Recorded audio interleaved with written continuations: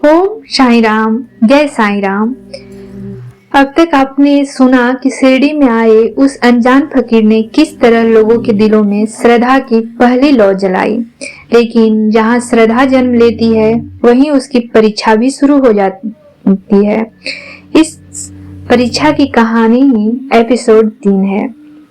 Episode 3 की शुरुआत शिरडी गांव की सुबह से होती है। अब द्वारका माई पहले जैसी खाली नहीं रहती। लोग वहां आने लगे हैं, कोई दुख लेकर, कोई उम्मीद लेकर, तो कोई सिर्फ साईं को देखने। कुछ लोग साईं को बाबा कहकर पुकारने लगे हैं, लेकिन यह बदलाव हर किसी को पसंद नहीं। गांव के कुछ प्रभावशाली लोग साईं की बढ़ती आस्था से घबराने लगे हैं। वे कहते हैं, अगर लोग इस फकीर पर भरोसा करने लगे तो हमारी चलती हुई बात कौन मानेगा। उनके मन में डर भी है और जलन भी। वे तय करते हैं कि साईं को किसी तरह गलत साबित किया जाए।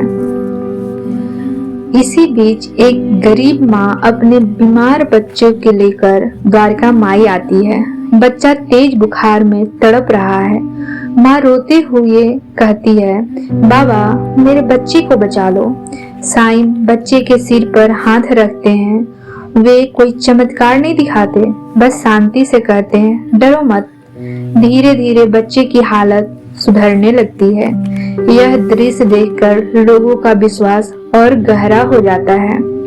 गांव में चर्चा फैल जाती है, बाबा ने चमत्कार कर दिया। लेकिन साईं खुद कहते हैं, यह चमत्कार नहीं, यह विश्वास की भक्ति है, शक्ति है।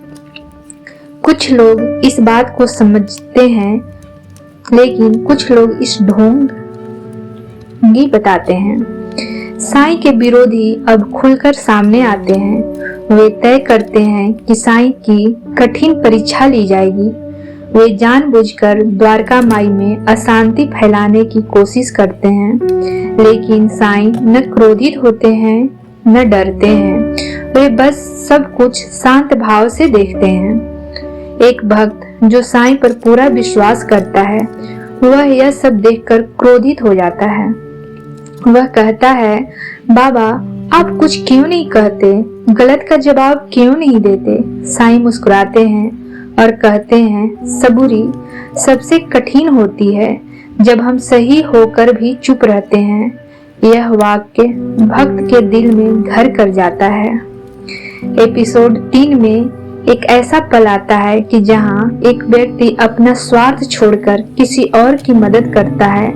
साईं के सीख से प्रेरित होकर वह समझ जाता है कि साईं की भक्ति सिर्फ माथा टेकने में नहीं, बल्कि त्याग में है। हालांकि कई लोगों का जीवन बदलने लगा है, लेकिन विरोधी अब भी पीछे नहीं हटते। वे कहते हैं, अभी तो शुरुआत है, असली खेल अभी बाकी है। यह दिखाता है कि आस्था का मार्ग आसान नहीं होता। एपिसोड की आखिरी दृश्य में रात का समय है। साईं बाबा द्वारका माई में धूनी के पास बैठे हैं। उनके चारों ओर कुछ लोग श्रद्धा से बैठे हैं, कुछ लोग दूर खड़े हैं संदेह में। साईं सबको एक ही दृष्टि से देखते हैं। साईं के चेहरे पर शांति है, करुणा है और असीम धैर्य है। श्रद्धा बढ़ रही है, सब्र की परीक्षा चल रही है और साईं का मार्ग धीरे धीरे शिरडी को बदल रहा है।